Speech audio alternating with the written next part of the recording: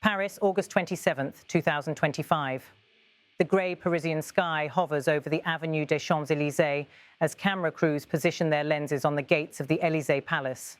Today, this stage of French political power is not just about domestic affairs, it is the theatre of Franco-African diplomacy. French President Emmanuel Macron awaits the arrival of Senegal's newly elected leader, Bassirou Diomaye Faye. Their meeting symbolises continuity, renewal and the complicated weight of history between France and its former colonies. Here stands Emmanuel Macron, poised yet visibly reflective. The tilt of the camera captures not just a leader awaiting a counterpart, but the head of a nation carrying decades of diplomatic traditions. The Élysées marble steps have felt the footsteps of African presidents since independence movements shook the continent in the 1960s. Each visit reopens conversations about cooperation, sovereignty and memory. Macron, now seasoned by years of navigating these sensitive ties, positions himself as both host and mediator. This waiting moment is ritualistic.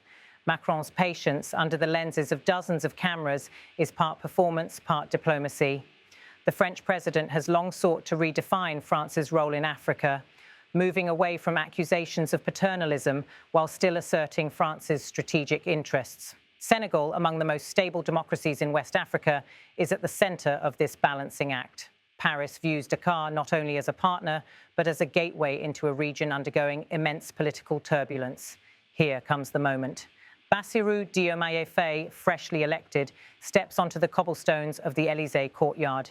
His election has been described as a generational shift in Senegalese politics. The handshake with Macron is more than protocol. It is a signal to both nations and to the watching world. For Paris, it represents stability and continuity.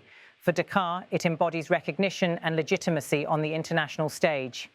As the two men exchange smiles and climb the steps together, cameras capture what words cannot fully convey: the choreography of power and partnership. To understand the weight of this moment, one must return to Senegal's unique role in African history. Once a cornerstone of French West Africa, Senegal gained independence in 1960. Yet, unlike some of its neighbours, it maintained strong political, cultural and military ties with Paris. French remains an official language, French companies remain major investors, and thousands of Senegalese migrants live and work in France. But with these ties comes tension. Critics accuse France of exerting too much influence, from monetary policies linked to the CFA franc to security operations in the Sahel. Macron himself has faced waves of anti-French protests across West Africa in recent years. In Mali, Burkina Faso and Niger, coups and rising populist movements pushed French troops out. Senegal has so far resisted that wave of rupture, but Faye's victory brings new expectations. Will he maintain the traditional closeness with Paris, or will he too seek to pivot towards greater independence and partnerships beyond France, perhaps with China, Turkey or the United States? This meeting at the Élysée does not answer those questions directly, but it sets the stage. Macron and Faye are aware that every gesture, every phrase will be dissected by analysts in Dakar, Paris and beyond. The handshake itself carries echoes of history. The French president on the steps, the African president arriving.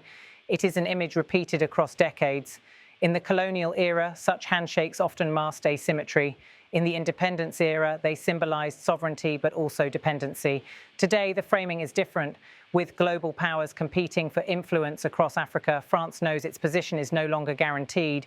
Faye's Senegal, rich in offshore gas reserves and cultural influence, enters negotiations with confidence. Once inside the gilded halls of the Élysée, beyond the reach of cameras, Macron and Faye begin private discussions. While images cannot show us their words, officials indicate the agenda is packed. Security cooperation, particularly counter-terrorism in the Sahel. Economic investment as French companies face competition from new global actors. Migration, a topic sensitive in both nations. Cultural ties, including the return of African art and artifacts long housed in French museums.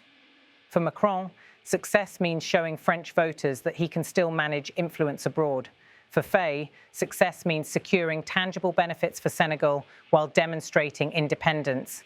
This bilateral encounter also reverberates beyond France and Senegal. The European Union watches closely as Senegal's Atlantic coast offers strategic routes for trade and migration control. The United States, increasingly present in West Africa, views Senegal as a stable partner in a volatile region. And for African neighbours, Faye's ability to navigate ties with Paris will be seen as a model or a warning, depending on the outcomes. As the two presidents vanish into the Élysées' ornate doors, the courtyard empties. The moment was brief on camera, a handshake, a climb of steps. But the implications ripple far wider. For journalists, it becomes a headline. For historians, it becomes part of a long arc of Franco-African encounters.